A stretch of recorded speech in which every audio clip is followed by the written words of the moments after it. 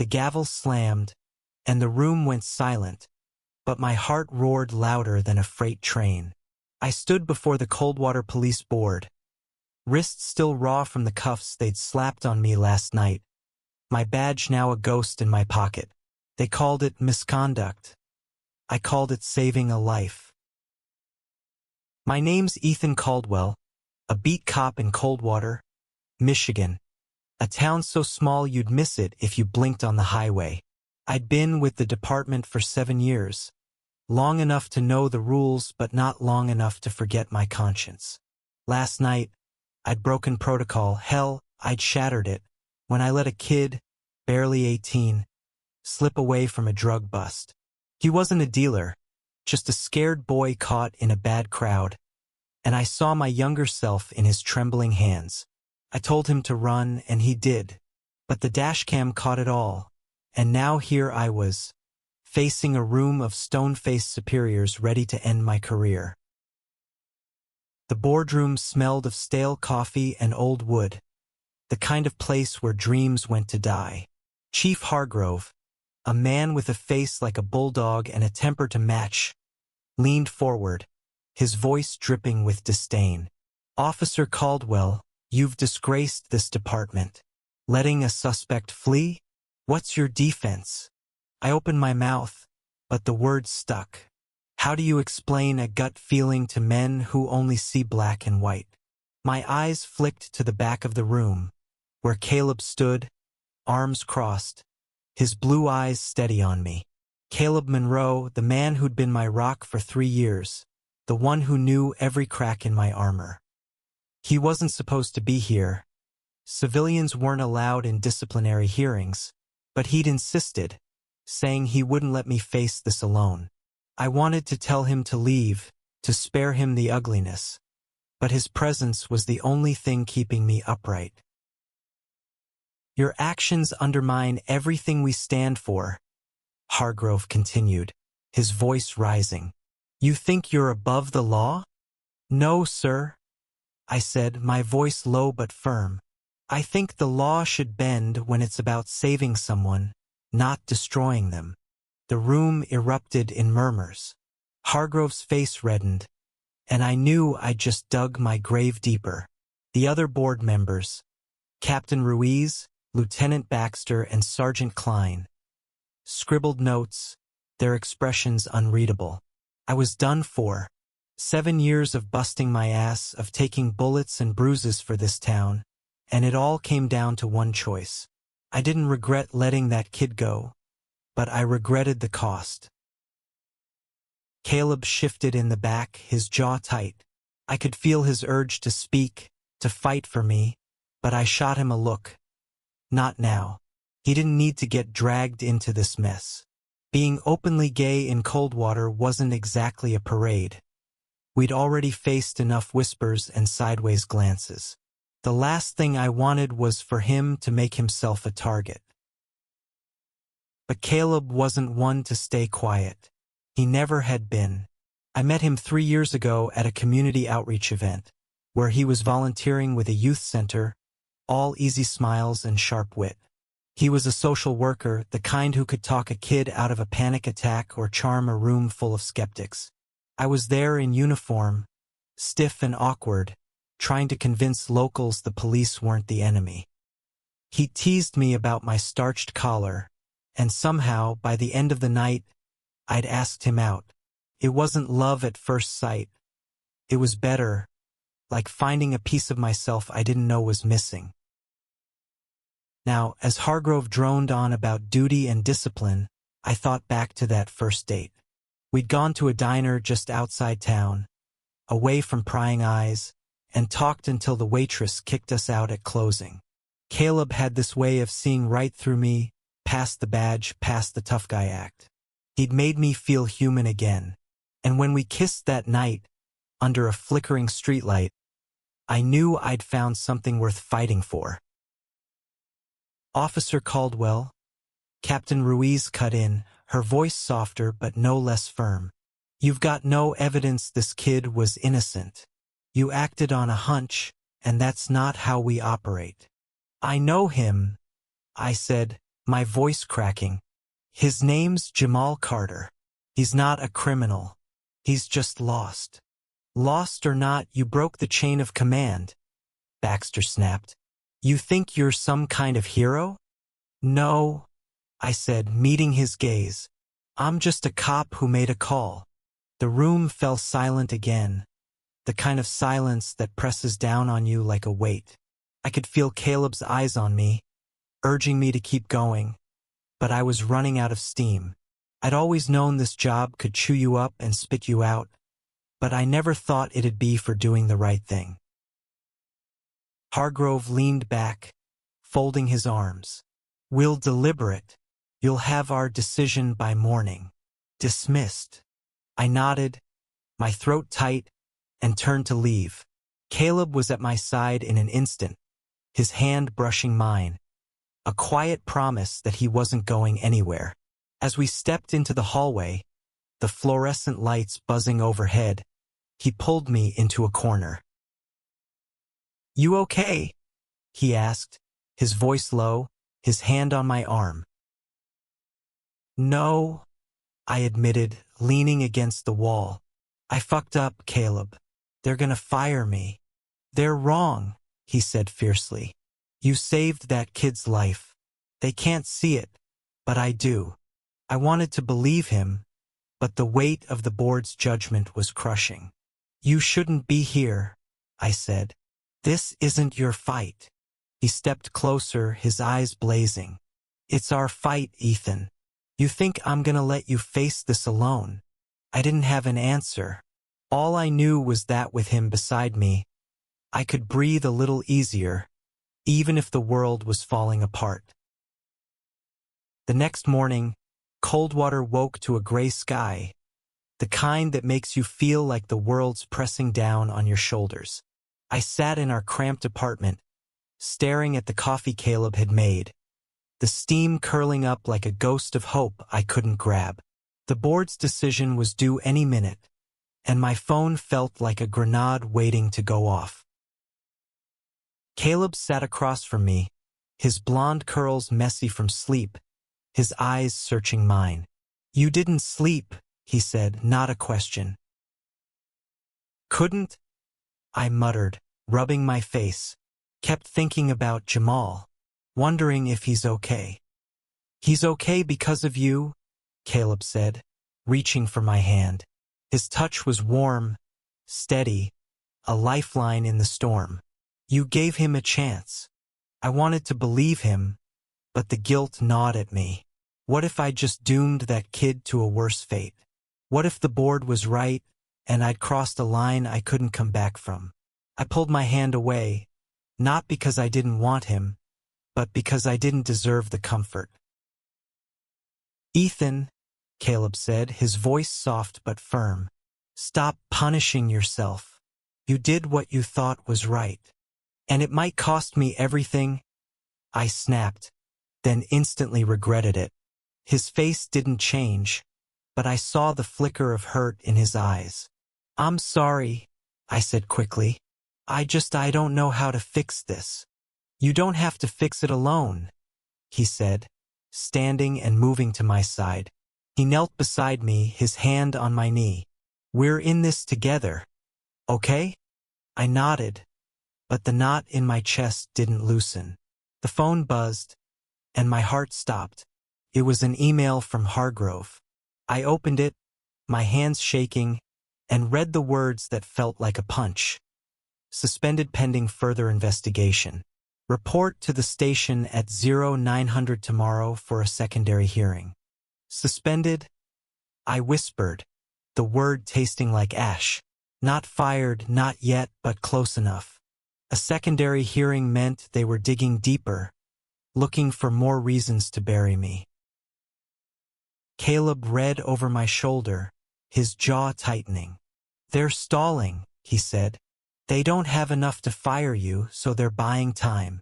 Or they're building a case, I said, standing and pacing the small living room. Our apartment was a patchwork of thrift store furniture and Caleb's art projects. A cozy mess that usually felt like home. Now it felt like a cage. They'll talk to the other officers, pull every report I've ever filed. If they want me gone, they'll find a way. Then we fight, Caleb said, his voice rising with that stubborn fire I loved and feared. You've got a clean record, Ethan. 7 years of putting your life on the line. They can't ignore that. They can and they will, I said, stopping to face him. You don't know how this town works, Caleb. They don't like people like us. Cops who bend the rules, guys who... I hesitated, the words heavy. Guys who love each other. His face softened, but his eyes didn't waver. Then we show them who we are, he said. Not just you, Ethan. Us. I wanted to argue, to tell him this wasn't his battle. But the truth was, it had always been ours. Coldwater wasn't kind to men like us. We'd kept our relationship quiet at first, not out of shame but survival. Small towns talk, and the police department was no exception. I'd heard the snickers in the locker room, the jokes about my roommate. Caleb had faced worse. Parents at the youth center pulling their kids out when they learned he was gay, calling it a bad influence. But he never backed down, and neither did I. That afternoon, we drove to the youth center where Caleb worked, a squat brick building on the edge of town. He wanted to check on Jamal, who'd been in one of his programs before the bust. The center was alive with kids playing basketball and painting murals, a bright spot in Coldwater's grayness. Caleb moved through it like he belonged, high-fiving kids and joking with staff. I envied his ease, his ability to make people feel safe. We found Jamal in the art room, hunched over a sketchpad. He was skinny, with wary eyes and a hoodie that swallowed him. When he saw me, he froze, like a deer caught in headlights. "Hey, Jamal," I said, keeping my voice soft. "You okay?" He nodded, but his hands gripped the pencil tighter. "You didn't tell them where I went, did you?" "No," I said, "and I won't. But you gotta stay out of trouble, okay? For your sake." Caleb put a hand on Jamal's shoulder. "You've got people in your corner, kid. Don't forget that." Jamal's eyes flicked between us, and for a moment, I saw something like trust. It was enough to remind me why I'd let him go that night, why I'd risked everything. Some people deserved a second chance. As we left the center, Caleb slipped his hand into mine, right there in the parking lot where anyone could see. I tensed, glancing around, but he just squeezed tighter. "Let them look," he said. "We're not hiding anymore." I wanted to believe we could be that brave. But as we drove back, the weight of the hearing loomed larger, and I wondered if courage would be enough to save us. The station was a fortress of cold concrete and colder stairs when I walked in the next morning. My suspension meant I wasn't supposed to be in uniform, but I wore my badge on my belt anyway, a small act of defiance. Caleb insisted on coming, despite my protests, his presence like a shield I didn't deserve but couldn't refuse. The secondary hearing was in a smaller room, just Hargrove, Ruiz, and a union rep named Torres, a guy I barely knew. No Baxter or Klein this time, which felt like a bad omen. The air was thick with tension, the kind that makes your skin itch. Hargrove didn't waste time. "Officer Caldwell, we've reviewed your file. 7 years, no major infractions, until now. Care to explain why you thought you could play judge and jury?" I took a breath, steadying myself. "I made a call based on what I saw. Jamal Carter's a kid, not a kingpin. Locking him up would have ruined him." "Ruined him?" Hargrove scoffed. "You let a suspect walk. You think that's justice?" "I think it's human," I shot back, my voice sharper than I meant. Caleb's hand brushed mine under the table, a silent steady. I forced myself to calm down. "I've seen what the system does to kids like him. I wasn't gonna let it happen on my watch." Ruiz leaned forward, her dark eyes searching. You've got a good record, Ethan. Why risk it for one kid? Because he's not just one kid, I said. He's every kid who's ever been written off. I was him once, angry, lost, one bad choice from being another statistic. Someone gave me a chance. I owed him the same. The room went quiet, but Hargrove's scowl didn't budge. Sentimental nonsense doesn't change the fact that you broke protocol. We've got testimony from Officer Daniels, who says you've been distracted lately. Care to comment? My stomach dropped. Daniels was a loudmouth, always stirring trouble.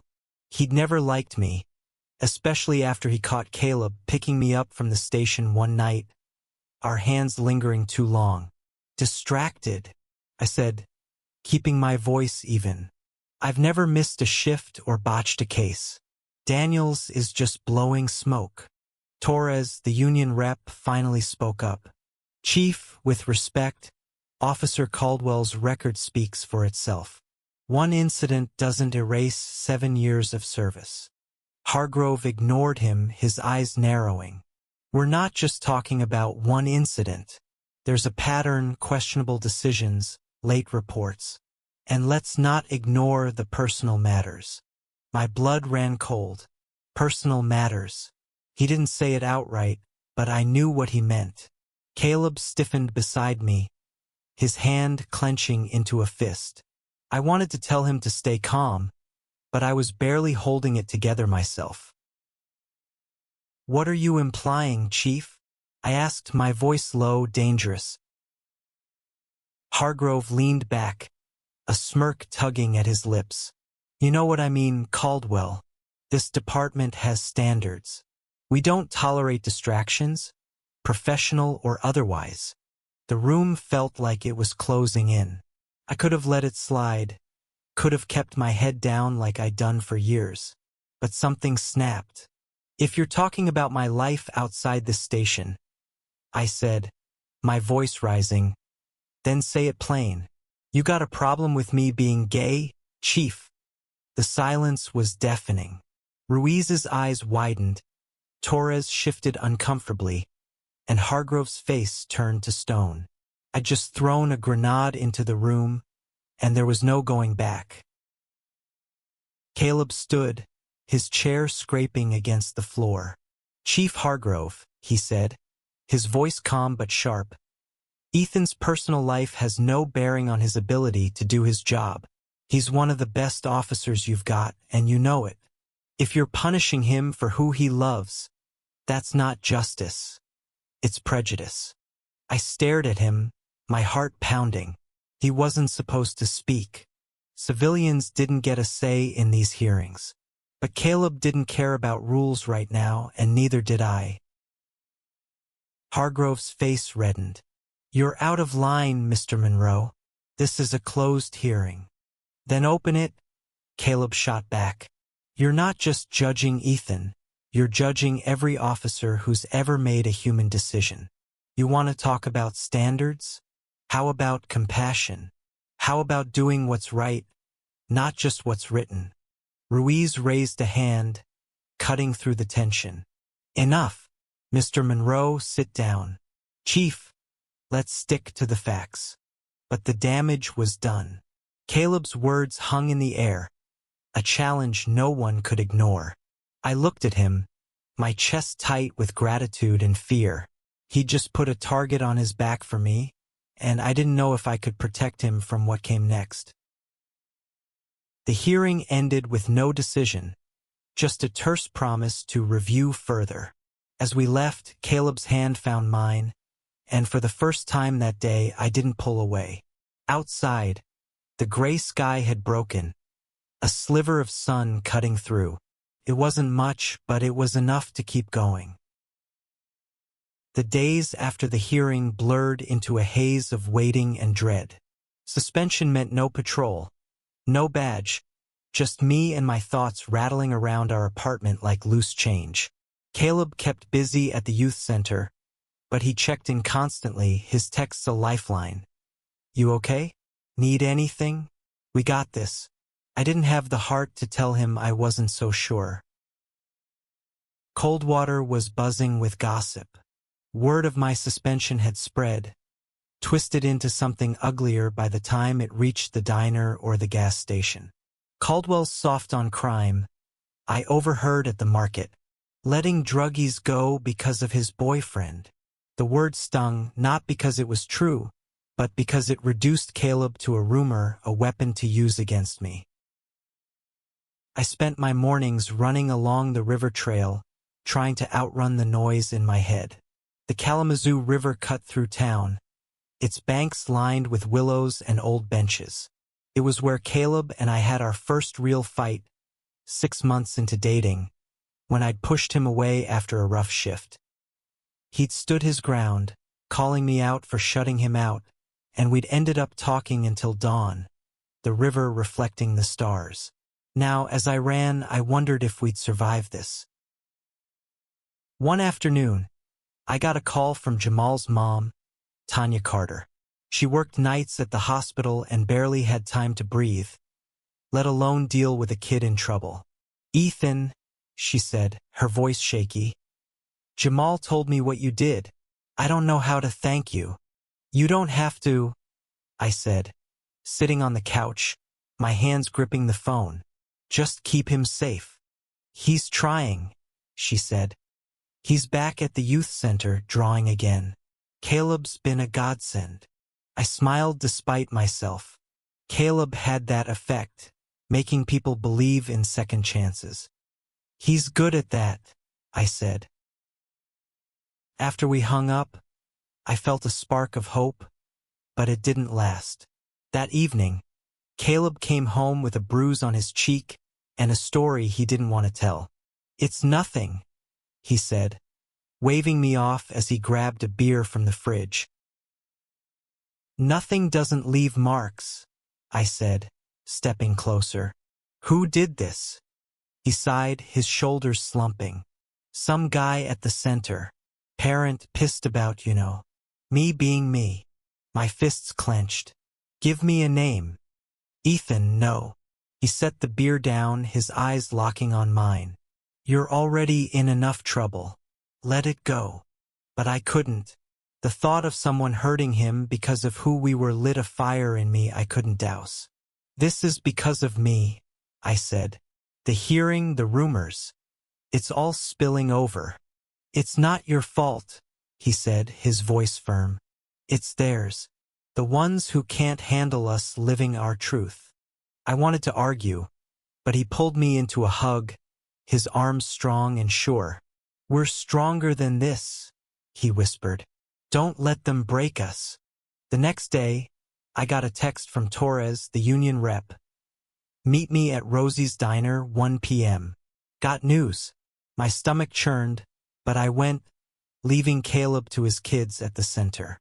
Rosie's was a greasy spoon on Main Street, all chrome and red vinyl. The kind of place where cops and truckers swapped stories over burnt coffee. Torres was in a booth, his tie loose, a file folder in front of him. "They're pushing for termination," he said without preamble. "Hargrove's got Daniels and a couple others saying you've been erratic for months. They're painting you as a liability." I leaned back, the vinyl creaking. "Erratic? That's bullshit. I've got the best arrest record in the department." "I know," Torres said, sliding the folder to me. "I pulled your performance reviews. They're stellar. But Hargrove's got it out for you, and I think it's personal." "Personal?" I repeated, the word heavy. "You mean because I'm gay?" Torres didn't flinch. "I can't prove it, but yeah. He's been dropping hints about lifestyle issues. It's not just about the bust." I flipped through the folder, my anger rising. 7 years of commendations, of going above and beyond, and it came down to this. "What's the play?" I asked. "Fight it," Torres said. "Get character witnesses, show the board who you really are, and maybe get your partner to speak up. He made an impression last time." I shook my head. "Caleb's already taken enough heat. I'm not dragging him deeper." Torres leaned forward. "You're not dragging him. He's choosing to stand with you. Let him. I left the diner with the folder under my arm and a decision to make. That night, I told Caleb everything. Torres, the termination push, the rumors. He listened, his face calm but his eyes fierce. "I'm speaking at the next hearing," he said, not a question. "It's too risky," I said. "They'll come for you next." "Let them," he said, his voice steady. "I'm not afraid of them, Ethan. I'm afraid of losing you." Word count 1,000. The final hearing was set for a Friday, the kind of crisp September day where the air smells like leaves and second chances. The boardroom was packed this time. Not just the usual suspects, but officers I'd worked with, a few community members, even Tanya Carter, sitting in the back with Jamal. I hadn't expected that, and it hit me like a wave, knowing they were there for me. Caleb sat beside me, his hand resting on my knee under the table, hidden from view but grounding me all the same. He'd spent the week preparing, gathering letters from kids at the youth center, parents, even a pastor who'd seen the work we'd done together in the community. I told him it was too much, but he just smiled and said, "You're worth it." Hargrove started the hearing with his usual bluster, reading off a list of my supposed failures. The drug bust, late reports, questionable judgment. Daniels had submitted a statement, claiming I'd been distracted for months, unreliable. It was a lie, but it stung all the same. I kept my head high, my jaw tight, refusing to let them see me crack. Ruiz took over, her tone measured. "Officer Caldwell, you've had a chance to review the allegations. Do you have anything to add?" I stood, my hands steady despite the storm inside. "I've served this town for 7 years. I've put my life on the line, taken risks, and made tough calls. Letting Jamal Carter go wasn't a mistake. It was a choice to give a kid a future. If that's a crime, then I'm guilty. But I'd do it again." The room murmured, some nods, some frowns. Hargrove's face was unreadable, but I could feel his disdain. I sat, my heart pounding, and squeezed Caleb's hand. It was his turn. He stood, his posture straight, his voice clear. "My name is Caleb Monroe. I'm a social worker, and I've lived in Coldwater my whole life. I've known Ethan Caldwell for 3 years, and I've seen the kind of man he is, not just as an officer, but as a person. He's the one who stays late to talk a kid out of trouble, who checks on families after a call, who never gives up on people, even when they've given up on themselves." He paused, his eyes sweeping the room, landing on Hargrove. "You're judging him for one decision, but you're ignoring everything else he's done. Ethan didn't let Jamal go because he's reckless. He did it because he's human. He saw a kid who needed help, not handcuffs. And if you're punishing him for that or for who he loves, then you're not just failing him, you're failing this town." The room went silent, the kind of silence that feels alive, electric. Tanya stood, her voice trembling but strong. "My son's here today because of Ethan. He's not a criminal. He's a kid who made a mistake, and Ethan gave him a chance to make it right." Jamal nodded, his eyes on the floor, but his presence spoke louder than words. A few officers shifted in their seats, their faces softening. I saw Ruiz jot something down, her expression thoughtful. Hargrove, though, looked like he'd swallowed a lemon. Caleb wasn't done. He pulled out a stack of letters, his voice steady. "These are from people Ethan's helped. Kids, parents, neighbors. They talk about an officer who listens, who cares, who makes Coldwater better. You can't reduce him to one moment, one choice. And you can't punish him for being who he is." He looked at me then, his eyes soft but fierce, and I felt something shift inside me. For the first time, I wasn't afraid of what came next. Not with him beside me. Hargrove cleared his throat, his voice gruff. "We'll take these into consideration. Hearing adjourned. Decision by Monday. As the room cleared, Tanya hugged me, tears in her eyes. "Thank you," she whispered. Jamal gave me a small nod, a thank you he didn't need to say. The other officers avoided my gaze, but a few clapped my shoulder as they passed, a quiet show of support. Outside, Caleb and I stood by the river, the water glinting under the afternoon sun. "You were incredible," I said, my voice thick. "You didn't have to do that." "Yes, I did," he said, turning to me. "I love you, Ethan. I'm not letting them take you away from me." I pulled him close, not caring who saw. For the first time in weeks, I felt like we might actually win this fight. Not just for my job, but for us. Monday morning came too fast, the weight of the board's decision hanging over us like a storm cloud. Caleb and I sat on our balcony, coffee cups cold in our hands, watching the town wake up. Coldwater looked peaceful from up here, all church steeples and maple trees, but I knew better. Beneath the surface, it was a place of sharp edges and hard choices. My phone buzzed at 8:03 a.m., another email from Hargrove. I opened it, my heart in my throat, and read the words that changed everything. Suspension lifted. Reinstated with probationary status. Report to duty tomorrow. I exhaled, the breath I'd been holding for weeks finally escaping. "I'm back," I said, my voice barely a whisper. Caleb's face lit up, and he pulled me into a hug so tight I could feel his heartbeat. "They listened," he said, his voice muffled against my shoulder. "We did it." "Not we," I said, pulling back to look at him. "You. Those letters, your speech. You saved me." He shook his head, his eyes bright. "You saved yourself, Ethan. I just reminded them who you are." The victory wasn't clean. Probation meant I'd be under a microscope, every move scrutinized. Hargrove hadn't apologized, and I doubted he ever would. But it was enough for now. I could keep my badge, keep serving the town I'd sworn to protect, even if it didn't always love me back. That afternoon, we went to the youth center to celebrate. Jamal was there, working on a mural with bold colors and sharp lines, a cityscape that felt alive.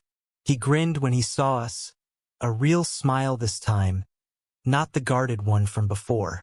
"Heard you're back," he said. "Good. Thanks to you and your mom," I said, nodding to Tanya, who was chatting with Caleb across the room. "You didn't have to show up." "Yeah, we did," Jamal said, his voice quiet but sure. "You believed in me. Least I could do." The center was buzzing, kids laughing, paint cans clattering. Caleb was in his element, joking with the teens, his bruise faded but still a reminder of what we'd faced. I watched him, my chest swelling with a love so big it hurt. He'd fought for me, for us, in a way I'd never expected. And in doing so, he'd shown Coldwater that we weren't going anywhere. That night, we walked along the river trail, the same one where we'd fought and made up, where we'd built our life together. The stars were out, sharp against the black sky, and the air was cool, carrying the promise of fall. Caleb slipped his hand into mine, his fingers lacing through mine like they belonged there. "What now?" he asked, his voice soft. "We keep going," I said. "We keep fighting, for Jamal, for the kids, for us." He stopped, turning to face me, his eyes searching mine. "You mean that?" "More than anything," I said, and I kissed him, right there under the stars, where anyone could see. It wasn't just a kiss. It was a promise, a defiance, a declaration. We'd face the board, the town, the whispers, and we'd come out stronger. Coldwater wasn't perfect, probably never would be, But as we walked back to our apartment, hand in hand, I knew we'd carve out our place in it, not just as a cop and a social worker, but as two men who loved each other, who refused to hide, who chose to stand tall. The next morning, I put on my uniform, the badge heavy but right. Caleb watched me from the doorway, his smile quiet but proud. "Go be a hero," he said. "I'm no hero," I said, adjusting my collar. "Just a guy trying to do what's right." "And that's enough," he said, kissing me softly. "More than enough." As I stepped into the station, the weight of the past weeks lifted, replaced by something new. Hope, purpose, and the man beside me who'd never let me fall.